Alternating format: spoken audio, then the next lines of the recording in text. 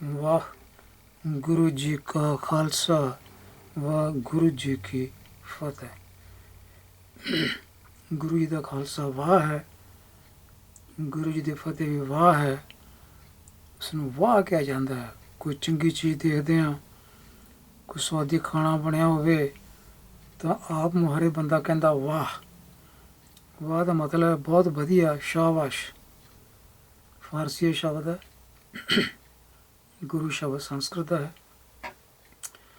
प्यारे दर्शकों, सूरज प्रकाश ग्रंथ ਦੇ ਵਿੱਚ ਜੋ ਬ੍ਰਾਹਮਣਵਾਦ ਵਾੜਿਆ ਗਿਆ, ਮਨਮਤਾਂ ਵਾੜੀਆਂ ਗਈਆਂ ਹਨ, ਉਹਨਾਂ ਦੀ ਪਛਾਣ ਕਰਨ ਦਾ ਯਤਨ ਕੀਤਾ ਜਾ ਰਿਹਾ। ਗੁਰੂ ਪਾਤਸ਼ਾਹ ਦੀਆਂ ਜਿੰਨੀਆਂ ਮਰਜ਼ੀ ਸਿਫਤਾਂ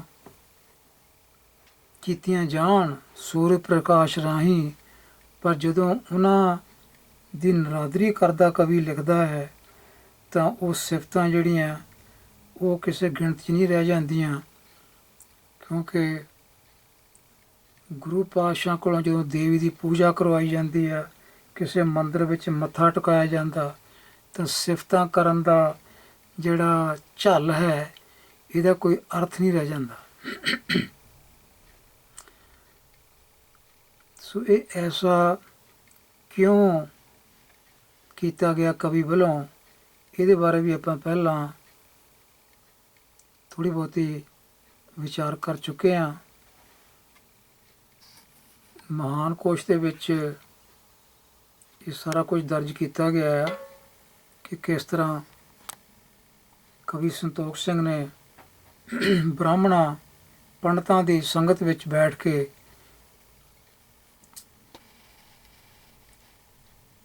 ਜੋ ਲਿਖਿਆ ਉਹ ਪੰਡਤਾਂ ਦੀ ਪੰਡਤਾਈ ਦੇ ਪ੍ਰਭਾਵ ਥੱਲੇ ਲਿਖਿਆ।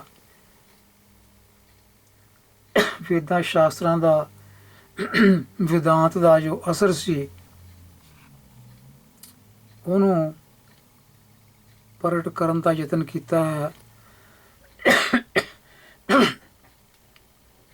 ਇਹਨਾਂ ਕਵਿਤਾਵਾਂ ਦੇ ਵਿੱਚ ਸੋ ਮਾਨਕੋਸ਼ ਵਿੱਚ ਜਿਹੜਾ ਲਿਖਿਆ ਹੈ ਕਿ ਭਾਈ ਸਾਹਿਬ ਨੂੰ ਗੁਰਮਤਿ ਵਿੱਚ ਪੂਰੀ ਸ਼ਰਧਾ ਅਤੇ ਪ੍ਰੇਮ ਸੀ, ਪਰ ਪੰਡਤਾਂ ਦੀ ਸੰਗਤ ਕਰਕੇ ਪੰਡਤਾਂ ਦੀ ਸੰਗਤ ਅਤੇ ਪ੍ਰੇਰਣਾ ਦੁਆਰਾ ਕੀ ਪ੍ਰੇਰਣਾ ਕਿ ਆਪ ਗੁਰੂਆਂ ਦੀ ਕਥਾ ਨੂੰ ਪੁਰਾਣ ਨੀਤੀ ਅਨੁਸਾਰ ਅਵਤਾਰਾਂ 'ਚ ਹੀ ਲਿਖੋਗੇ ਅਤੇ ਸ਼ਾਸਤਰਾਂ ਦੇ ਵਿਰੁੱਧ ਆਪ ਦੇ ਪੁਸਤਕ ਨਹੀਂ ਹੋਣਗੇ ਤਾਂ ਉਹਨਾਂ ਦਾ ਬਹੁਤ ਪ੍ਰਚਾਰ ਹੋਊ। ਇਹ ਜਿਹੜੀ ਪੁੱਠੀ ਮਾਤਿਆ ਇਹ ਉਹਨਾਂ ਪੰਡਤਾਂ ਨੇ ਦਿੱਤੀ, ਪਰ ਪਤਾ ਨਹੀਂ ਕਵੀ ਸੰਤੋਖ ਸਿੰਘ ਇਸ ਪੁੱਠੀ ਮੱਤ ਨੂੰ ਕਿਉਂ ਗ੍ਰਹਿਣ ਕਰ ਗਏ। ਤਾਂ ਆਪ ਦੀ ਰਚਨਾ ਨੂੰ ਆਦਰ ਨਾਲ ਪੜ੍ਹਨਗੇ। ਤਾਂ ਇਸ ਤਰ੍ਹਾਂ ਉਹਨਾਂ ਨੇ ਕਿਹਾ ਤੇ ਭਾਈ ਕਾਂਸ ਨਵਾ ਲਿਖਦੇ ਹਨ, ਇਸ ਤਰ੍ਹਾਂ ਕਈ ਥਾਈਂ ਟਪਲਾ ਖਾ ਗਏ ਹਨ। ਟਪਲਾ ਖਾ ਗਏ ਹਨ। ਸੋ ਜਿਹੜੇ ਟਪਲੇ ਖਾਧੇ ਹਨ ਉਹ ਆਪਾਂ ਵਿਚਾਰ ਰਹੇ ਹਾਂ, ਜਿਨ੍ਹਾਂ ਨੂੰ ਕਥਾਵਾਚਕ ਵੀ ਸਟੇਜ ਤੋਂ ਨਹੀਂ ਦੱਸਦੇ। ਜਿਹੜੇ ਸੂਰਜ ਪ੍ਰਕਾਸ਼ ਦੀ ਕਥਾ ਕਿਤੇ ਗੁਰਦੁਆਰਿਆਂ ਵਿੱਚ ਕਰਦੇ ਹਨ, ਕਥਾ ਤਾਂ ਗੁਰੂ ਗ੍ਰੰਥ ਸਾਹਿਬ ਦੀ ਕਰਨੀ ਬਣਦੀ ਹੈ ਕਿਉਂਕਿ ਮੂਲ ਉਪਦੇਸ਼ ਤਾਂ ਗੁਰੂ ਗ੍ਰੰਥ ਸਾਹਿਬ ਦਾ ਚੱਲਣਾ, ਪਰ ਬਾਬਿਆਂ ਨੇ ਕਥਾ, ਡੇਰਿਆਂ ਨੇ ਇਹ ਚਲਾ ਦਿੱਤੀ। ਜਿੱਥੇ ਬ੍ਰਾਹਮਣਵਾਦ ਦਾ ਪ੍ਰਭਾਵ ਸੀ ਉੱਥੇ ਇਹ ਕਥਾ ਚੱਲਦੀ ਹੈ, ਪਰ ਜਦੋਂ ਬ੍ਰਾਹਮਣਵਾਦ ਦੀਆਂ ਗੱਲਾਂ ਕਥਾ ਵਿੱਚ ਸਾਹਮਣੇ ਆਉਂਦੀਆਂ ਤਾਂ ਕਥਾਵਾਚਕ ਉਹ ਸਕਿਪ ਕਰ ਜਾਂਦੇ ਆ, ਦੱਸਦੇ ਨਹੀਂ ਸੰਗਤਾਂ ਨੂੰ ਵੀ ਇੱਥੇ ਇਹ ਮਨਮਤ ਲਿਖੀ ਗਈ ਹੈ। ਸੋ ਆਪ ਪੜ੍ਹਨ ਦੀ ਕੋਸ਼ਿਸ਼ ਕਰੋ। ਸੂਰਜ ਪ੍ਰਕਾਸ਼ ਔਨਲਾਈਨ ਉਪਲਬਧ ਹੈ, ਪਰ ਇਸ ਤਰ੍ਹਾਂ ਤੁਸੀਂ ਆ ਸੂਰਜ ਪ੍ਰਕਾਸ਼ ਸਟੀਕ ਹੈ ਡਾਕਟਰ ਅਜੀਤ ਸਿੰਘ ਔਲਖ ਦਾ, ਇਹ ਵੀ ਘਰ ਲੈ ਕੇ ਰੱਖ ਸਕਦੇ ਹਾਂ। ਇਸ ਤਰ੍ਹਾਂ ਇਹ ਗੁਰਮਤ ਸੁਧਾਕਰ ਹੈ, ਇਹ ਗੁਰਮਤ ਪ੍ਰਭਾਕਰ ਹੈ, ਭਾਈ ਕਾਹਨ ਸਿੰਘ ਦੀਆਂ ਪੁਸਤਕਾਂ ਹਨ, ਤੋਂ ਬੜਾ ਲਿਟਰੇਚਰ ਹੈ। ਇਹ ਜੋ ਮਹਾਨ ਕੋਸ਼ ਵਿੱਚ ਲਿਖਿਆ ਹੈ ਨਾ ਵੀ ਉਹ ਪੰਡਤਾਂ ਦੇ ਚੱਕਰ ਵਿੱਚ ਆ ਗਏ, ਤੇ ਜੋ ਗੁਰਮਤ ਸੁਧਾਕਰ ਹੈ ਉਹਦੇ ਵਿੱਚ ਵੀ ਇਹ ਗੱਲ ਲਿਖੀ ਹੋਈ ਹੈ, ਗੁਰਮਤ ਸੁਧਾਕਰ ਵਿੱਚ।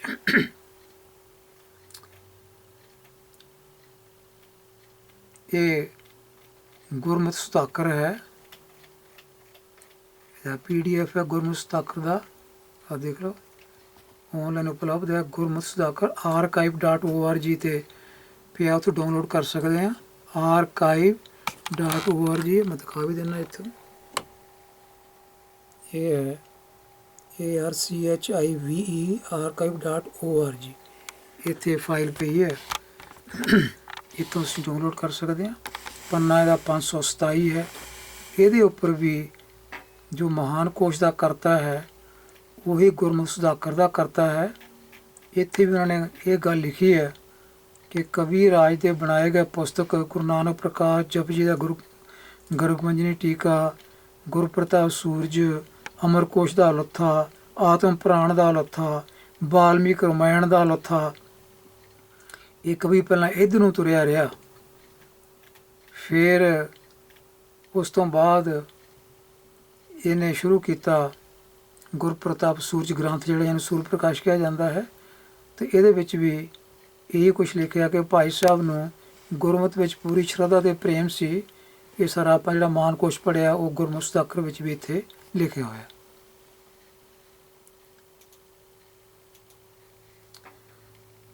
ਤੋ ਇਹ ਗ੍ਰੰਥ ਹੈ ਸੂਰਜ ਪ੍ਰਕਾਸ਼ ਜੀ ਦੀ, ਆਪਾਂ ਵਿਚਾਰ ਕਰ ਰਹੇ ਹਾਂ। ਭਾਗ ਚੌਥਾ ਹੈ।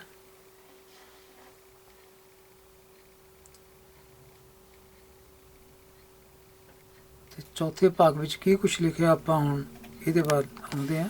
ਸੂਰਜ ਪ੍ਰਕਾਸ਼ ਦੇ ਕਪੌੜੇ, ਭਾਗ ਚੌਥਾ। ਰੈਫਰੈਂਸ ਹੈ ਰਾਸ਼ੀ ਪਹਿਲੀ, ਅੰਸ਼ ਹੈਗਾ 20, ਰਾਸ਼ੀ ਪਹਿਲੀ ਅੰਸ਼ 20। ਇਹ ਸ਼ੁਰੂ ਹੁੰਦਾ ਜੀ, ਦੂਜੇ ਗੁਰੂ ਜੀ ਤੋਂ ਵਰਨ ਦੇਵਤੇ ਦੀ ਪੂਜਾ ਕਰਨ ਦਾ ਹੁਕਮ ਕਰਵਾਇਆ ਗਿਆ।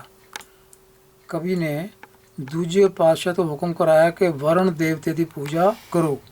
ਕਿਵੇਂ ਹੈ ਇਹ ਕਹਾਣੀ?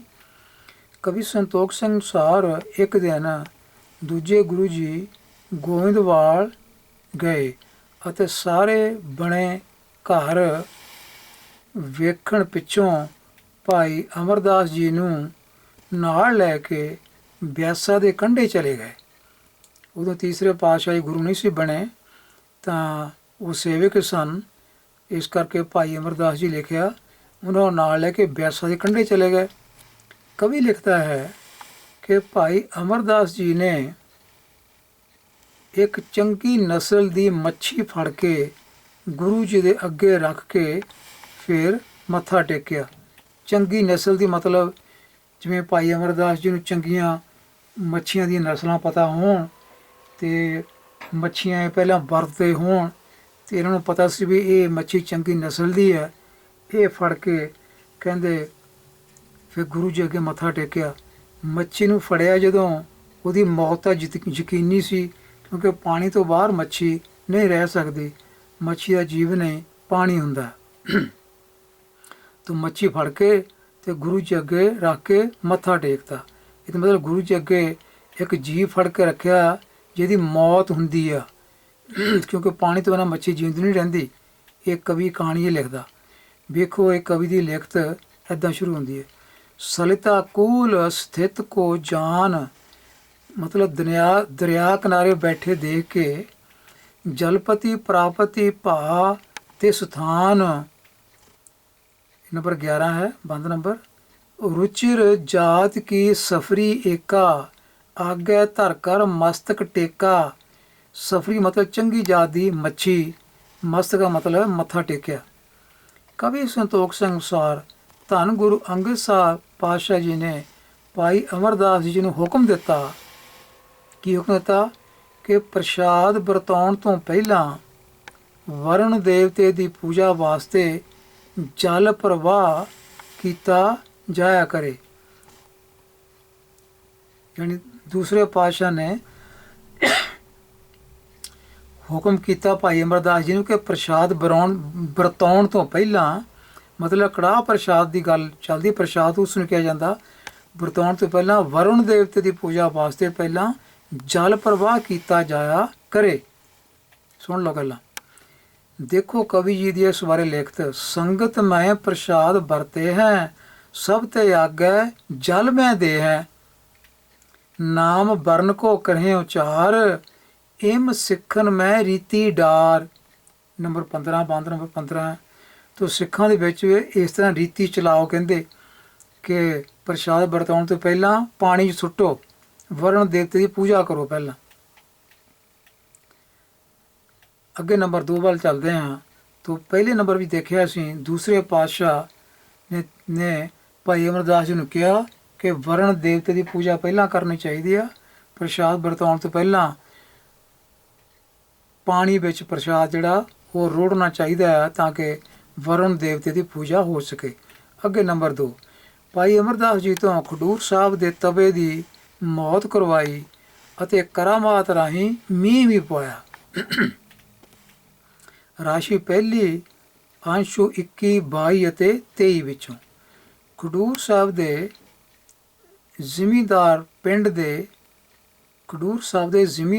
ਦੇ ਤਪੇ ਕੋਲ ਗਏ। ਖਡੂਰ ਸਾਹਿਬ ਦੇ ਜਿਹੜੇ ਜ਼ਿਮੀਂਦਾਰ ਸਨ ਉਹ ਪਿੰਡ ਦੇ ਤਪੇ ਕੋਲ ਗਏ ਅਤੇ ਔੜ ਦੂਰ ਕਰਨ ਲਈ ਮੀਂਹ ਪਵਾਉਣ ਵਾਸਤੇ ਬੇਨਤੀ ਕੀਤੀ।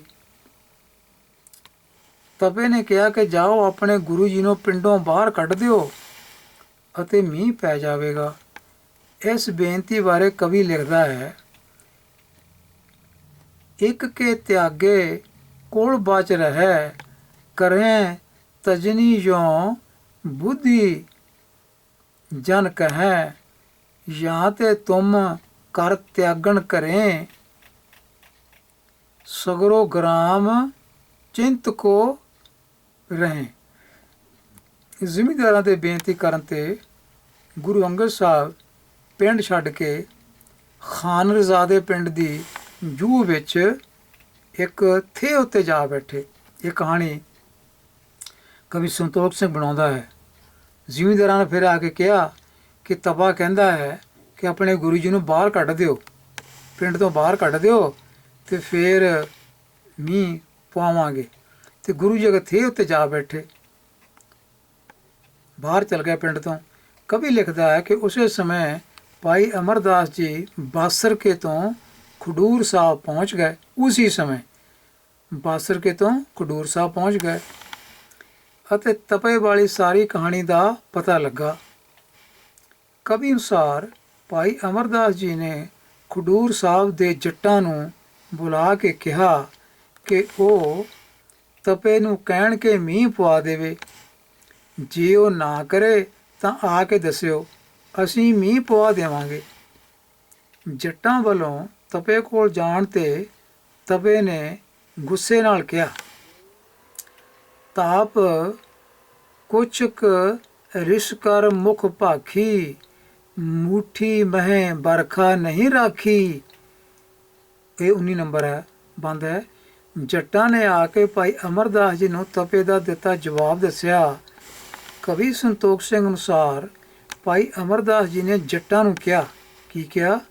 ਰਵੀ ਅਸਤਨ ਤੇ ਪੂਰਬ ਕਾਲ, ਜਹ ਜਹ ਜਾਏ ਤਪਾ ਦਰ ਹਾਲ, ਤਹ ਤਹ ਘਨ ਜਲ ਕੋ ਬਰਖਾਵੈ, ਭਰੇ ਖੇਤ ਬਹੁ ਅੰਨ ਪਕਾਵੈ। ਤੋ ਭਾਈ ਅਮਰਦਾਸ ਜੀ ਦੇ ਕਹਿਣ ਤੇ ਜੱਟਾਂ ਨੇ ਫਿਰ ਕੀ ਕੀਤਾ?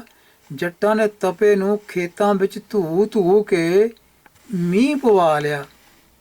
ਇਹ ਦੇਖੋ ਹੁਣ ਕਿੱਥੇ ਗੁਰੂ ਅੰਗਦ ਸਾਹਿਬ ਪਾਤਸ਼ਾਹ ਜੀ ਬੈਠੇ ਆ ਤੇ ਭਾਈ ਅਮਰਦਾਸ ਜੀ ਤੋਂ ਉਹਨਾਂ ਨੇ ਕੀ ਕੁਛ ਕਵੀ ਜੀ ਕਰਾ ਰਹੇ ਆ। ਜੱਟਾਂ ਨੂੰ ਕਿਵੇਂ ਕਿਹਾ ਵੀ ਤਵੇ ਨੂੰ ਧੂ ਧੂ ਕੇ ਖੇਤਾਂ ਵਿੱਚ ਘੜੀਸੋ, ਅਤੇ ਇਸ ਕਾਰਵਾਈ ਨਾਲ ਕੀ ਹੋਇਆ? ਤਵੇ ਦੀ ਮੌਤ ਹੋ ਗਈ। ਕਵੀ ਕਹਿੰਦਾ ਇਸ ਕਾਰਵਾਈ ਨਾਲ ਤਵੇ ਨੂੰ ਮਾਰ ਹੀ ਦਿੱਤਾ ਗਿਆ ਘੜੀਸ ਘੜੀਸ ਕੇ ਜੱਟਾਂ ਵੱਲੋਂ। ਕਿਹਦੇ ਕਹਿਣ ਤੇ? ਭਾਈ ਅਮਰਦਾਸ ਜੀ ਦੇ ਕਹਿਣ ਤੇ, ਜਿਹੜੇ ਅਜੇ ਸਿੱਖ ਹੀ ਸਨ ਦੂਜੇ ਸਤਿਗੁਰੂ ਜੀ ਦੇ। ਹੈ ਨਾ ਗੋਪਾਲ, ਕਵੀ ਨੇ ਦੂਜੇ ਗੁਰੂ ਜੀ ਤੋਂ ਵਰਨ ਦੇਵਤੇ ਦੀ ਪੂਜਾ ਕਰਨ ਦਾ ਸਿੱਖਾਂ ਨੂੰ ਹੁਕਮ ਵੀ ਸੁਣਾ ਦਿੱਤਾ, ਜਦੋਂ ਕਿ ਗੁਰਬਾਣੀ ਕਿਸੇ ਦੇਵੀ ਦੇਵਤੇ ਦੀ ਸਿੱਖਾਂ ਵੱਲੋਂ ਪੂਜਾ ਕਰਨ ਦਾ ਖੰਡਨ ਕਰਦੀ ਪਈ ਹੈ। ਭਾਈ ਅਮਰਦਾਸ ਜੀ ਵੱਲੋਂ ਕਰਾਮਾਤ ਰਾਹੀਂ ਮੀਂਹ ਵੀ ਪਵਾ ਦਿੱਤਾ ਅਤੇ ਤਪੇ ਦੀ ਮੌਤ ਵੀ ਕਰਵਾ ਦਿੱਤੀ, ਜਦੋਂ ਕਿ ਕਰਾਮਾਤਾਂ ਦਿਖਾਉਣਾ ਅਤੇ ਦੂਜੇ ਉੱਤੇ ਜ਼ੁਲਮ ਕਰਨ ਦਾ ਸਿੱਖੀ ਵਿੱਚ ਕੋਈ ਸਿਧਾਂਤ ਨਹੀਂ ਹੈ। ਇਹ ਹੈ ਪਿਆਰਿਓ ਭਾਗ ਨੰਬਰ 4, ਜਿਹਦੇ ਵਿੱਚ ਆਪਾਂ ਦੋ ਗੱਲਾਂ 'ਤੇ ਵਿਚਾਰ ਕੀਤੀ ਹੈ। ਇੱਕ ਦੂਸਰੇ ਪਾਤਸ਼ਾਹ ਵੱਲੋਂ ਕਿਹਾ ਗਿਆ ਤੀਸਰੇ ਪਾਤਸ਼ਾਹ ਨੂੰ ਕਿ ਸਿੱਖਾਂ ਨੂੰ ਕਹੋ ਕਿ ਪ੍ਰਸ਼ਾਦ ਵਰਤਾਉਣ ਤੋਂ ਪਹਿਲਾਂ ਪਾਣੀ 'ਚ ਸੁੱਟਿਆ ਕਰੋ, ਵਰਨ ਦੇਵਤੇ ਦੀ ਪੂਜਾ ਕਰਨੀ ਜ਼ਰੂਰੀ ਆ।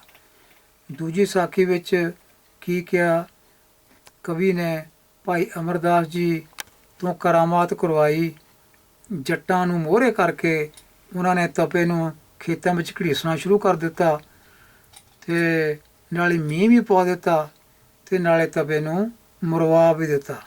ਇਹ ਦੋ ਗੱਲਾਂ ਜਿਹੜੀਆਂ ਇੱਥੇ ਆਪਾਂ ਨੇ ਵਿਚਾਰ ਕੀਤੀ ਹੈ, ਇਹਨਾਂ ਦਾ ਸਿੱਖੀ ਨਾਲ ਕੋਈ ਵੀ ਵਾਸਤਾ ਨਹੀਂ ਹੈ।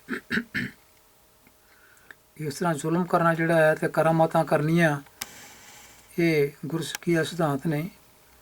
ਤੋ ਇਸ ਤਰ੍ਹਾਂ ਆਪਾਂ ਵਿਚਾਰ ਰਹੇ ਹਾਂ ਸੂਰਜ ਪ੍ਰਕਾਸ਼ ਦੇ ਗੋਪਾੜ, ਬੜਾ ਵੱਡਾ ਗ੍ਰੰਥ ਹੈ ਇਹ, ਜਿਹਦਾ ਕਿ 14 ਭਾਗਾਂ ਵਿੱਚ ਇੰਡੀਆ ਵਿੱਚ ਇਹ ਛਾਪਿਆ ਗਿਆ ਹੈ ਅਤੇ ਹੋਰ ਵੀ ਬਹੁਤ ਸਾਰੇ ਸੱਜਣਾਂ ਨੇ ਇਸ ਦਾ ਟੀਕਾ ਜਿਹੜਾ ਲਿਖਿਆ ਹੈ, ਜਿਵੇਂ ਦਾਸ ਨੇ ਆਪਣਾ ਗੁਰਪ੍ਰਤਾਪ ਸੂਰਜ ਸਟੀਕ ਦਿਖਾਇਆ, ਡਾਕਟਰ ਅਜੀਤ ਸਿੰਘ ਔਲਖ ਦਾ। ਤੋ ਇਸ ਤਰ੍ਹਾਂ ਆਪ ਆਦਤ ਪਾਓ ਪੜ੍ਹਨ ਦੀ, ਥੋੜ੍ਹਾ ਬਹੁਤਾ ਸੱਚ ਦਾ ਗਿਆਨ ਪ੍ਰਾਪਤ ਕਰਨ ਦੀ, ਕਿ ਇਹ ਜੋ ਕਿਤਾਬਾਂ ਲਿਖੀਆਂ ਗਈਆਂ, ਗ੍ਰੰਥ ਲਿਖੇ ਗਏ ਹਨ, ਇਹਨਾਂ ਦੀ ਜਿਹੜੀ ਸਿੱਖਿਆ ਹੈ ਉਹ ਸਿੱਖਾਂ ਨੂੰ ਕਿੱਧਰ ਨੂੰ ਤੋਰ ਰਹੀ ਹੈ, ਕਿਸ ਪਾਸੇ ਲਿਜਾ ਰਹੀ ਹੈ। ਇਹਨਾਂ ਜੋ ਰਲਾ ਕੀਤਾ ਗਿਆ ਬ੍ਰਾਹਮਣਵਾਦ ਦਾ, ਇਹ ਅਜੇ ਤੱਕ ਕਿਸੇ ਦੀ ਹਿੰਮਤ ਨਹੀਂ ਪਈ ਕਿ ਇਹ ਰਲਾ ਜਿਹੜਾ ਹੈ ਇਸ ਨੂੰ ਸੋਧਿਆ ਜਾਵੇ, ਇਸ ਨੂੰ ਕੱਢਿਆ ਜਾਵੇ। ਪਤਾ ਲੱਗਾ ਸੀ ਡਾਕਟਰ ਦਲਗੀਰ ਕੋਲੋਂ ਕਿ ਸ਼੍ਰੋਮਣੀ ਕਮੇਟੀ ਨੇ ਇਸ ਪਾਸੇ ਯਤਨ ਤਾਂ ਕੀਤਾ ਸੀ, ਪਰ ਉਹ ਕਾਮਯਾਬ ਨਹੀਂ ਹੋਇਆ। ਬੜੇ ਪੈਸੇ ਕਹਿੰਦੇ ਖਰਚੇ ਸਨ। ਕਿਉਂਕਿ ਪੈਰ 'ਤੇ ਇਹਦੇ ਵਿੱਚ ਬ੍ਰਾਹਮਣਵਾਦ ਹੈ। ਫਿਰ ਵੀ ਇਹਦਾ ਮਤਲਬ ਇਹ ਨਹੀਂ ਕਿ ਅਸੀਂ ਇਹ 'ਚੋਂ ਬ੍ਰਾਹਮਣਵਾਦ ਕੱਢ ਸਕਦੇ ਹਾਂ। ਜੇ ਨੀਤ ਸਾਫ਼ ਹੋਵੇ ਤਾਂ ਇਹ ਸਾਰਾ ਕੁਝ ਪੱਧਰਾ ਕੀਤਾ ਜਾ ਸਕਦਾ ਹੈ। ਜਿਹੜੀਆਂ ਚੰਗੀਆਂ ਗੱਲਾਂ ਗੁਰਮਤਿ ਅਨੁਸਾਰ ਹਨ ਉਹ ਰੱਖੀਆਂ ਜਾ ਸਕਦੀਆਂ, ਬਾਕੀਆਂ ਨੂੰ ਕੱਢਿਆ ਜਾ ਸਕਦਾ ਹੈ। ਜਾਂ ਸ਼੍ਰੋਮਣੀ ਕਮੇਟੀ ਵੱਲੋਂ ਕੋਈ ਐਸੀ ਗਾਈਡਲਾਈਨ ਜਾਰੀ ਕੀਤੀ ਜਾਵੇ, ਇੰਨੇ ਤੋਂ ਇੰਨੇ ਪੰਨੇ ਮਨਮਤ ਹੈ, ਇੰਨੇ ਤੋਂ ਇੰਨੇ ਪੰਨੇ ਗੁਰਮਤਿ ਹੈ। ਇਹ ਸਾਰਾ ਕੁਛ ਸਿੱਖਾਂ ਨੂੰ ਕੋਈ ਅਗਵਾਈ ਨਹੀਂ ਮਿਲ ਰਹੀ ਅਤੇ ਕਥਾਵਾਚਕ ਵੀ ਇਹ ਜੋ ਮਨਮਤਾਂ ਹਨ ਇਹਨਾਂ ਨੂੰ ਸਕਿਪ ਕਰਦੇ ਗੁਰਦੁਆਰਿਆਂ ਵਿੱਚ ਕਥਾ ਕਰਕੇ ਆਪਣਾ ਹਲਵਾ ਮੰਡਾ ਜਿਹੜਾ ਉਹ ਮਨਾ ਰਹੇ ਹਨ। ਆਓ ਫਿਰ ਮਿਲਾਂਗੇ। ਵਾਹਿਗੁਰੂ ਜੀ ਕਾ ਖਾਲਸਾ, ਵਾਹਿਗੁਰੂ ਜੀ ਕੀ ਫਤਿਹ।